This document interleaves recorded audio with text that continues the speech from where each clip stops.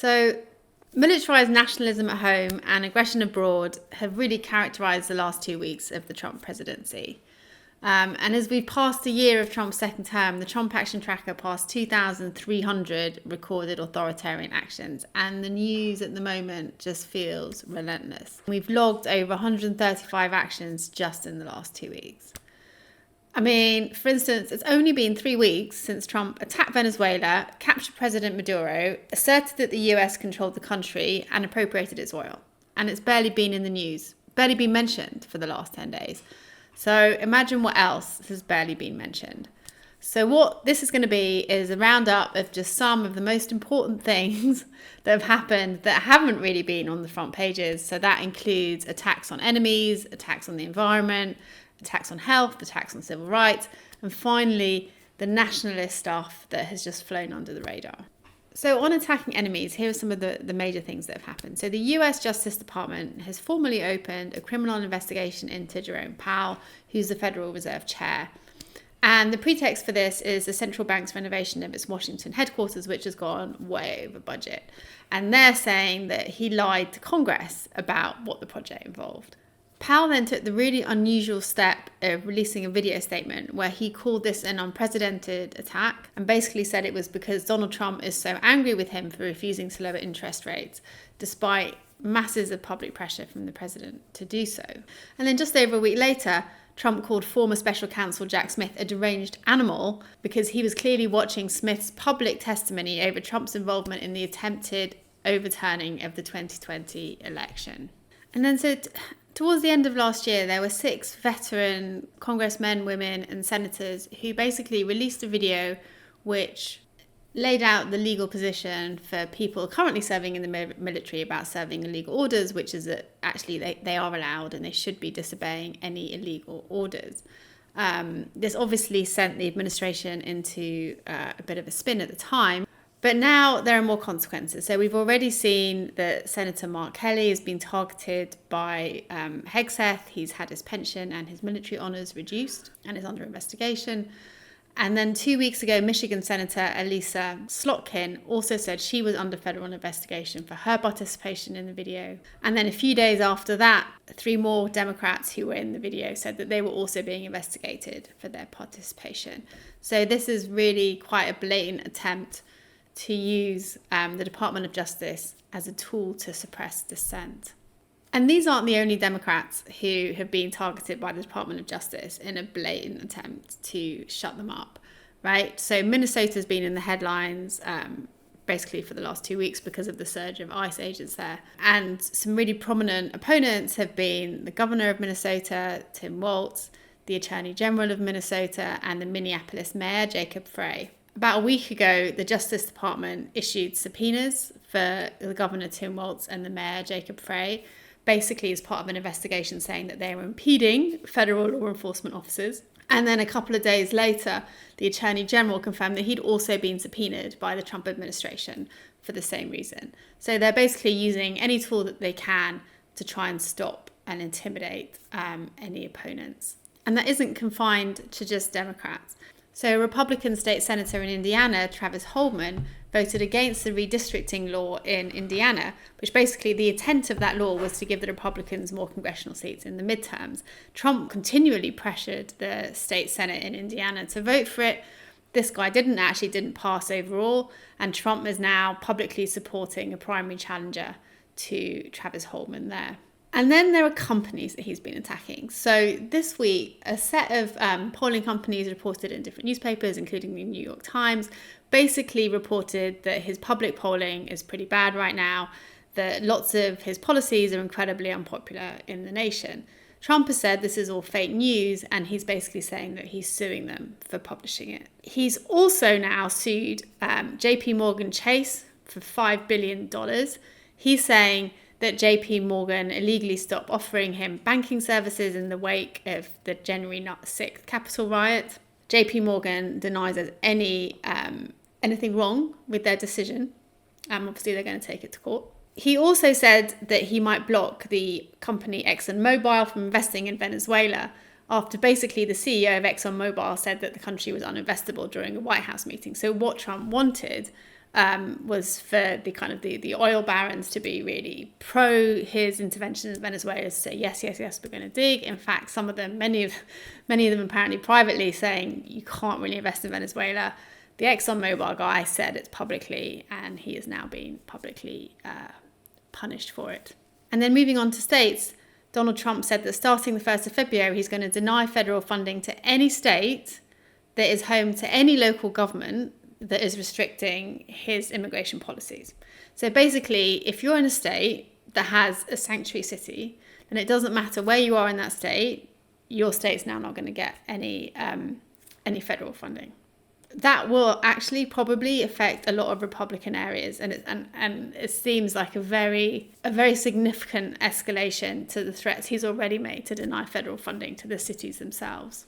So, moving on to the environment now. The environmental attacks are actually quite rarely reported, but they do really matter. So one thing that came out a couple of weeks ago is that the Environmental Protection Agency, the EPA, has basically said that when it's thinking about rules on air pollution, it's going to stop considering their impact on human lives, right? And so all they're going to do is calculate the cost to industry when they set pollution limits. It's clear that this means there's going to be higher pollution because it's expensive. It's more expensive to run industries that have lower pollution levels. But it's going to be very expensive for people themselves, both in terms of the health and the cost to treat health conditions because of pollution. And then a couple of days later, the administration announced that it was going to revise some Biden-era pollution protections for waterways. So again, this is about making things easier for industry, and the EPA said that would speed up the permitting of energy and artificial intelligence infrastructure. So again, what they're doing is basically prioritizing the commercial world over the environmental world. And then finally, in a really quite depressing move, Trump announced that he was withdrawing the US from this international agreement that forms the basis for all countries to rein in climate change. And that's called the United Nations Framework Convention on Climate Change. It's not a particularly exciting name, but it's been in place for 34 years. And every single other nation of the world is a member, except now the US. Moving on to health, there are just some quite depressing things. One thing is that the Centers for Disease Control, or the CDC, has said it's going to block messaging used by overdose prevention groups across the US. And basically, this is an idea of harm reduction, where you're not necessarily going to be able to stop people taking drugs. So what you try to do is you try to get them to take them more safely, to save their lives, and also to reduce the burden on hospitals and emergency responders. And part of that is to say, never use alone, so that there's someone there who can rescue you if you do have an overdose. And that's just kind of considered a really core part of how to reduce harm from drugs. But the CDC is now saying that you're not allowed to use that messaging if you have any kind of state funding. So there were more attacks on vaccines as well in the last couple of weeks. So Kurt Malone, who's a pediatric cardiologist and is the new chair, the RFK Jr. PIC chair of the Advisory Committee on Immunization and Practices, shortened to ACIP, he was in a podcast and he basically said, do we really need polio vaccination? And also questioned the other kind of long-standing diseases that have been vaccinated against in childhood for decades. And he basically was saying, we have to think about individual rights over public health. Now, the reason that is so worrying is because polio is not yet extinct in the world. There are still reservoirs of it. It is very infectious. And, the eradication of polio from almost all countries in the world has been one of the major public health successes of the last century. I mean, it used to kill and permanently maim tens of thousands of children. And we have a really effective vaccine. It's a very safe vaccine.